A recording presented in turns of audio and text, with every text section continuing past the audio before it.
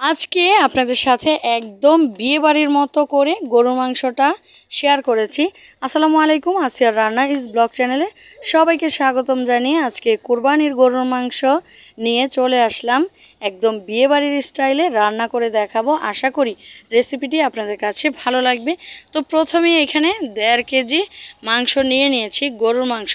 তো 1.5 কেজিতে আমি প্রায় 250 গ্রামের মতো বা একটু বেশি হতে পারে আমি পেঁয়াজ কুচি দিয়ে দিলাম।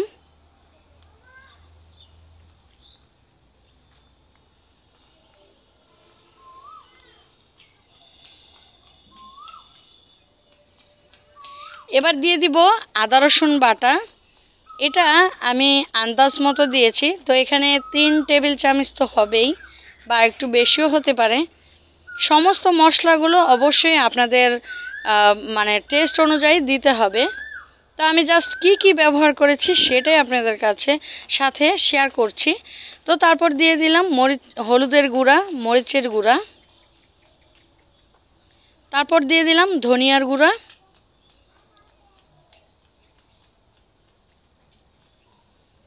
এইটা হচ্ছে আমার হাতের বানানো স্পেশাল গরম মশলার গুঁড়া। মানে এটা গরম মশলা না, শুধু কাচ্চি বিরিয়ানি হতে শুরু করে সব কিছুতে ব্যবহার করা যাবে। তারপর স্বাদ মতো লবণ দিয়ে দিলাম, কয়েকটা আস্ত তেজপাতা চিড়ে দিয়ে দিলাম। তারপর দিয়ে দিলাম সাদা তেল, মানে রেগুলার রান্নার তেল। এইবার হাতে মেখে খুব ভালোভাবে সবগুলো মশলা মাংসের সাথে মিশিয়ে ফেলতে হবে।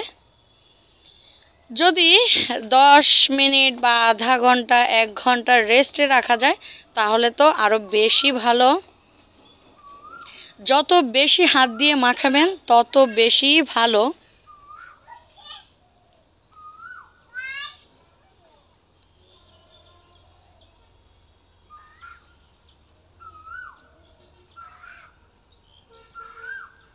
সবগুলো মাংস একটু সময় লাগিয়ে খুব ভালোভাবে মশলাটা মেখে নিচ্ছি। এতে করে মশলাটা মাংসর ভিতর পর্যন্ত পৌঁছাবে, আর যদি রাখা যায় তাহলে তো আরও বেশি করে পৌঁছাবে। তো আমি রাখিনি, আমি মাখিয়েই মানে মাখাতেই প্রায় 10 থেকে 15 মিনিট গিয়েছে। এতটুকুই বাস। আমি সরাসরি হাতটা ধোয়া পানি দিয়ে, মানে হাতে যে মশলাগুলো লেগে আছে এই পানিটা দিয়েই আমি চুলায় বসিয়ে দিয়েছি। আর কোনো পানি ব্যবহার করব না এখানে। এবার পানিটাকে পুরোটা মাংসের সাথে খুব ভালোভাবে মিশিয়ে চুলায় বসিয়ে দিব।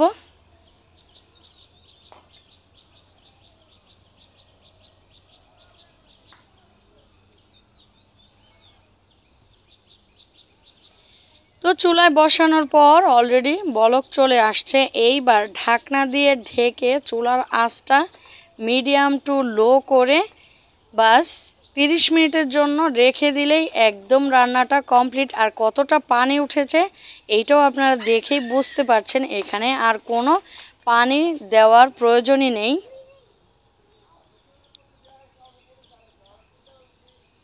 তো এই তো ফিরে আসলাম আমি 25 মিনিট পর। আমি আরও 10 মিনিট রান্না করে নিব, তাহলে আমার মোট হয় 35 মিনিটের মতো আমি মাংসটা রান্না করেছি। আর এতে করে মাংসর লুকটা কী যে এসেছে এটা আপনারাই দেখতে পাবেন।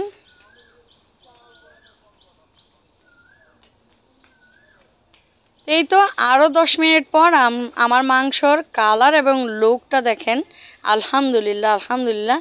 আপনারা ভিডিওতে একটা লাইক দিয়ে অবশ্যই কমেন্ট করে জানাবেন, এতে করে সামনে আমি আরও ভিডিও বানাতে উৎসাহিত হব। আর এই মাংসর রেসিপিটা কেমন হয়েছে এটাও আমাকে জানিয়ে দিবেন। তো আজকে আমার রেসিপিটা এই পর্যন্তই। আপনারা সবাই অনেক বেশি ভালো থাকবেন আর আমার চ্যানেলটিকে সাবস্ক্রাইব করে রাখবেন। আল্লাহ হাফেজ, আসসালামু আলাইকুম।